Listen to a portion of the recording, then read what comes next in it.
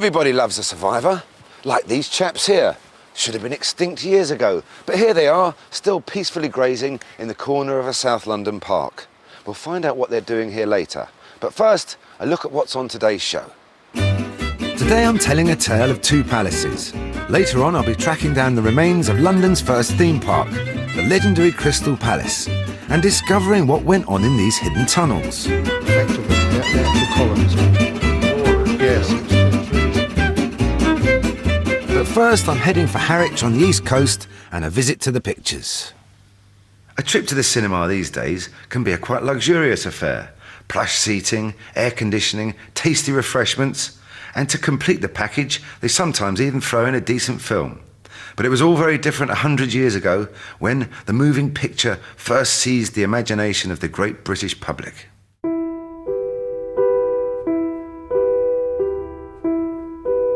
There were no purpose-built cinemas back then. Instead, audiences crowded into temporary picture houses to watch films like this. They sprang up in music halls, theatres, fairgrounds, and even under railway arches. Wherever there were people with money to spend, the enterprising showman would find somewhere to set up a projector and a screen. But a trip to the pictures in those days was a risky business, as the film stock itself was so highly flammable it could literally just burst into flames. And after a series of fires in the 1900s, the government in their wisdom decided to bring in an Act of Parliament to protect the poor cinema goer from being frazzled alive.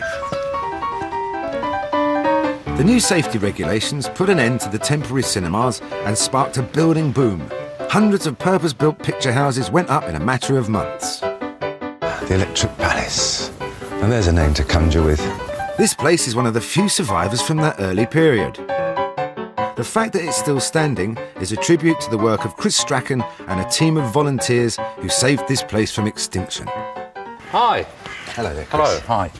What a fabulous looking old building, eh? Yeah. Yeah, it's amazing, isn't it? Yeah. I'm looking up here, 1911, so that presumably is just after the Act of Parliament that was brought in to save cinema goers from burning. Absolutely right, yeah. There were so many fires between 1900 and 1910 that they brought this Act of Parliament in, and basically it was to separate the projection room from the auditorium. And about 1,000 of these went up in 1911, 1912, all over the country. And who put this one up? This was Charles Thurston, who was a travelling showman in East Anglia, and he used to bring bioscopes onto the village green down there.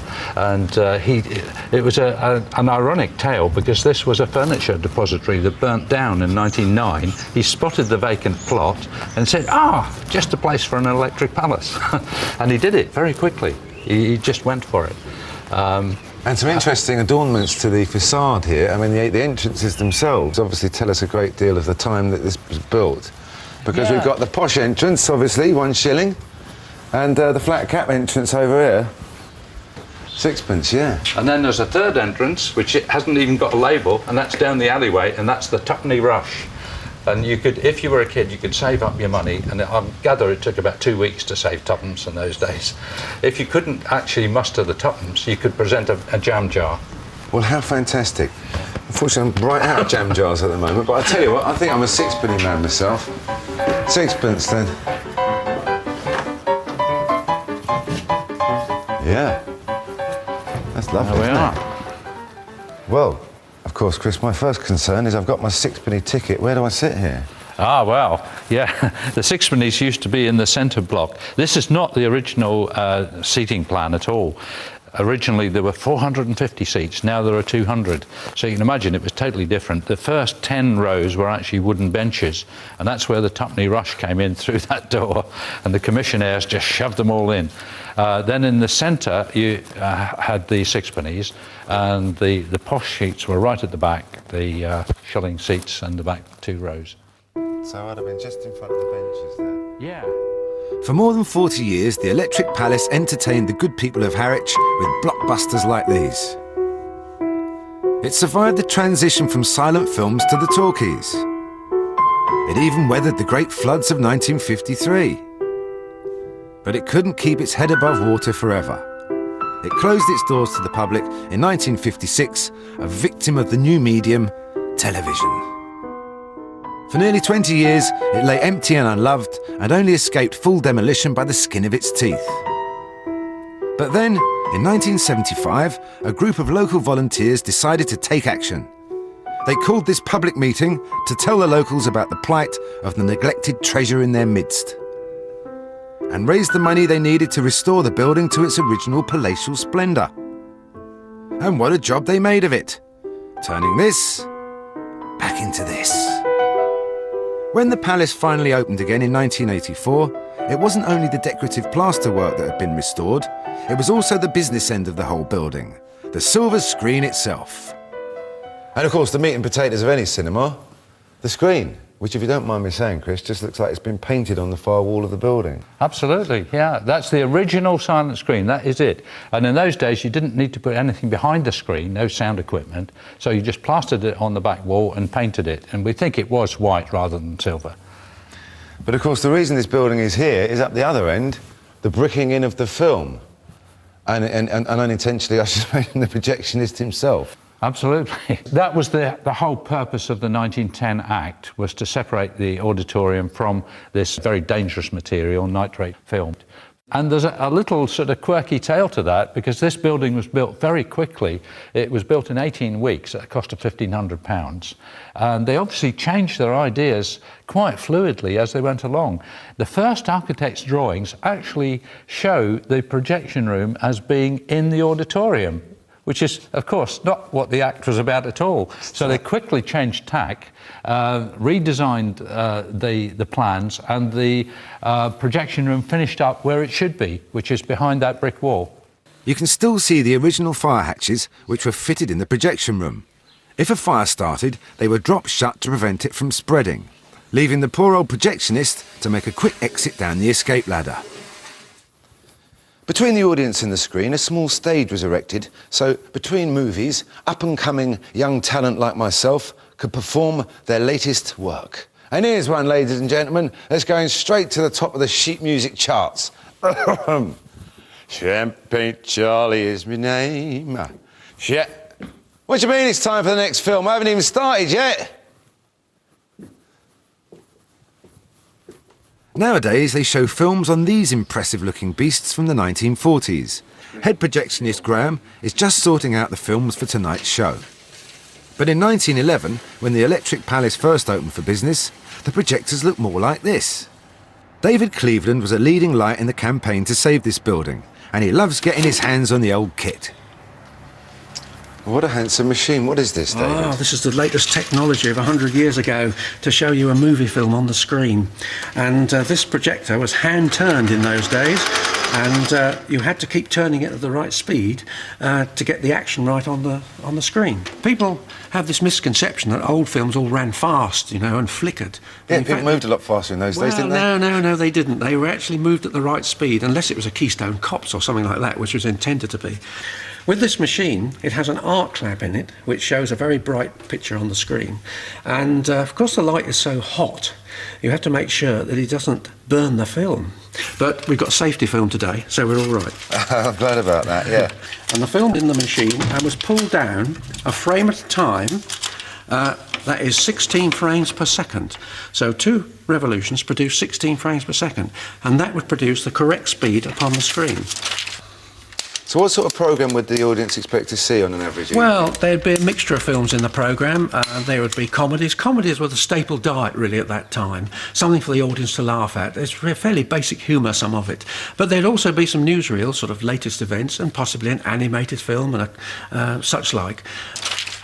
And the films on the screen actually looked very good in those days. And not all the films were in black and white. They had colour. They had stencil colour, hand colour, and other complicated colour systems. So things were not actually always in black and white, which people can't understand today. But the most important thing is the films looked good on the screen. Well, I'm very much looking forward to seeing this next performance. It was a shame what happened to that Titanic. I'll see if I can get a seat. OK. Before the lights go down, I've just got time for a quick chat with Alec. He lives just over the road from the cinema and watched his first film here as a kid, more than 80 years ago. When was the first time you came here? I think when I was about 12. Used to queue up outside for the tuppennies, and as soon as the lights went down, you climbed over the back and came into the decent seats. And what are your early memories of coming here? I'm trying to think of some of the early films. Rin Tin Tin and Douglas Fairbanks in The Thief of Baghdad. Excellent, yes. A long while ago. Are you pleased to still see the cinema here? Very much so, yes. And we still get good films. Top of today's bill is a classic chase movie from the days of silent film. I don't know if I've seen this one. They don't make them like they used to. But they also show all the blockbusters here as well. And that's what I love about this place. It's not a museum, it's a living, breathing palace of entertainment, still doing what it was built to do all those years ago.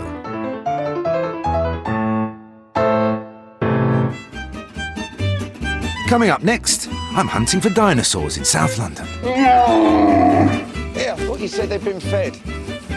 Tell you what, do you think he saw us?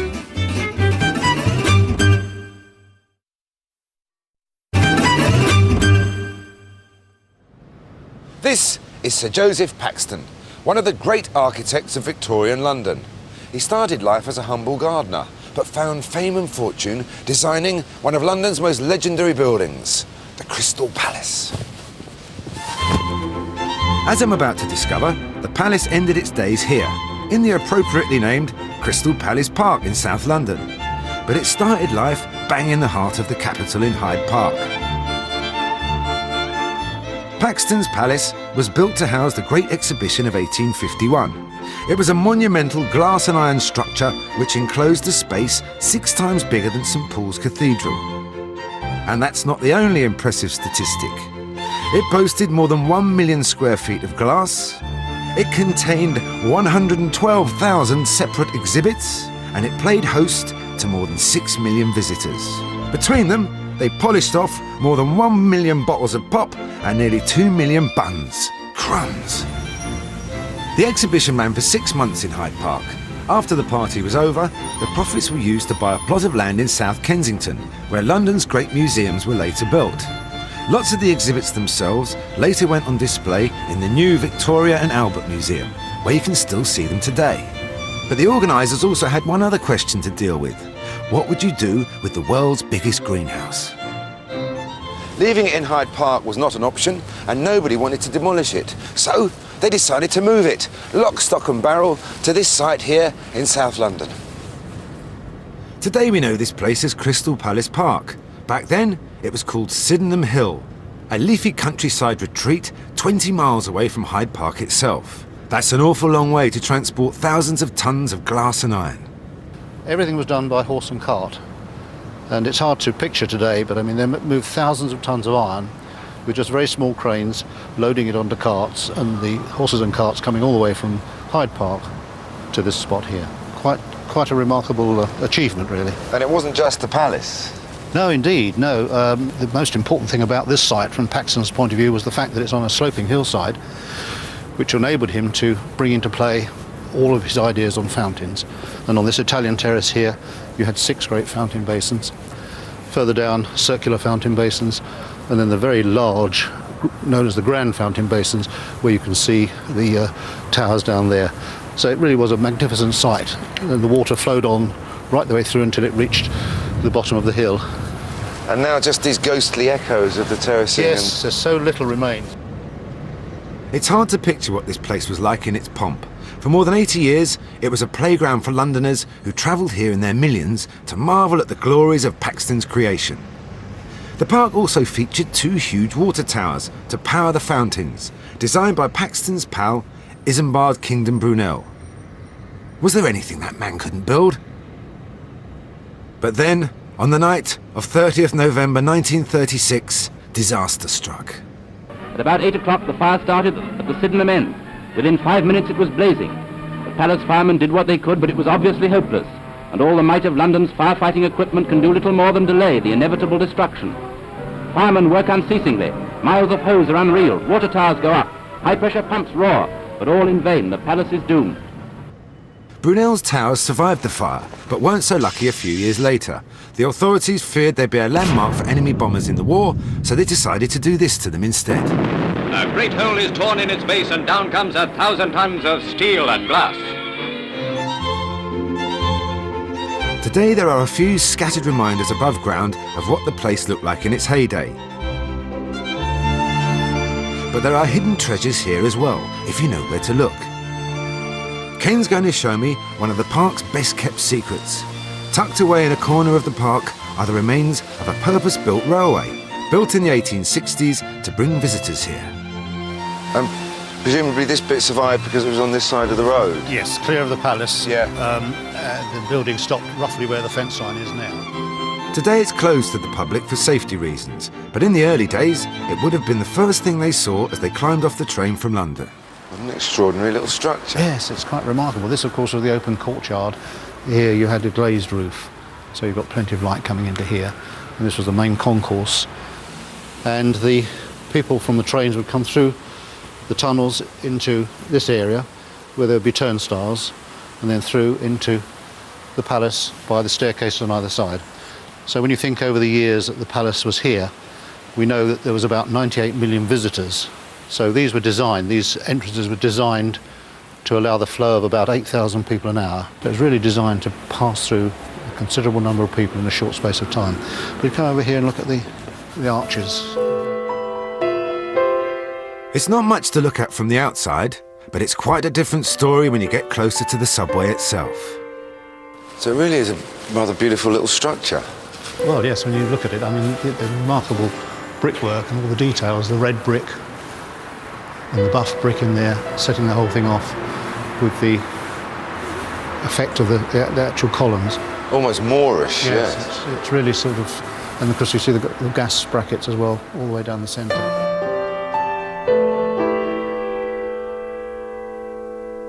You look at the quality of the brickwork and you can see how fine the joints are between the bricks, and this hasn't been touched since it was first put in 1865. Amazing. And it's again remarkable to think that this was really just an access point from the station to the palace, built by the railway company, really to impress their shareholders. And what an impression it made. Absolutely. They certainly did things with style back then, and this is a suitably grand entrance to a grand old park. You can really imagine thousands of ordinary people excitedly thronging through this subway on their way to see the fantastic Palace of Crystal and all the other remarkable exhibitions in the gardens. Unfortunately, most of what they would have seen then has long since disappeared. But there is one exhibition that still survives to this day. And here it is. No, you're not imagining it. They really are dinosaurs. And there's another one over here, and another one over there. In fact, once you start looking, they're all over the place. But what are they doing here? A question for Adam the park warden. Originally they should have gone in the palace itself, but which was full of courts, like the Nubian court and the medieval court, but they were too big. And so they built this lake and they put them here, which is why they survived. So this is the only part of the park that the Victorians would recognise. With all the landscaping that hasn't been changed. And that's because... Jurassic Park, yeah? Yeah, that's because of the dinosaurs they put here. And they're still pretty dramatic looking things today. They must have caused quite a stir. Yes, they did. They were very controversial at the time. They were built 5 years before Darwin's theory of evolution, and they're not in the Bible. So... Of course, in the Bible, the world's 6,000 years old, and these are some time before that, yeah. That's right, yeah. And they were built, I mean, they were state-of-the-art at the time because they had only really just started finding dinosaur bones, realising what they were, not thinking they were like dragons or giants' bones and stuff, and putting them together and realising that there was a species that lived before man. So, you know, these were very sort of cutting edge. And presumably quite a lot of guesswork because they don't look like dinosaurs I recognise. No, they are technically wrong, but from the Victorians' point of view, they had nothing to go on. So this is the first page in the book of paleontology. Have they been fed? Yes, they have. So we can have a closer look? Yeah. This Victorian Jurassic Park was conceived by Professor Richard Owen, the man who first coined the term dinosaur, or terrible lizard. The models were based on the latest discoveries, and in some cases, whole beasts were reconstructed on the basis of just a few excavated bones. Of course, they didn't get everything completely right. This impressive-looking iguanodon here has a horn on the end of its nose, which it turns out should, in fact, be its thumb. Eat your heart out, David Attenborough. To help him realise his vision, Richard Owen enlisted the help of an artist and sculptor called Waterhouse Hawkins. He had grand designs for this walk through time. Yeah, I thought you said they'd been fed. Tell you what, do you think he saw us? But it didn't quite turn out as Hawkins hoped it would. He had a budget of £7,000. When he reached £14,000, they sacked him. From there on, he was a bit distraught about that, because he basically said that because there should have been another 22, his vision didn't work, because it was a walk through time. That was the whole idea. You started at that end and you walked through and you got to the mammals at the other end, and of course without the 22 his vision was ruined. And he actually went off to America and started building dinosaurs for the Americans, which they actually put in Central Park, but luckily for us they were all destroyed before they opened. The real story is they think it was a corrupt mayor of New York who basically couldn't get a kickback out of it and sent his boys around and had them all trashed. So the good thing for us is these are unique now, they're the only ones in the world. They've recently been restored to their original glory and officially recognised as one of London's great architectural treasures. They were Grade 2 listed buildings, and then now they've just gone up to Grade 1 listed buildings.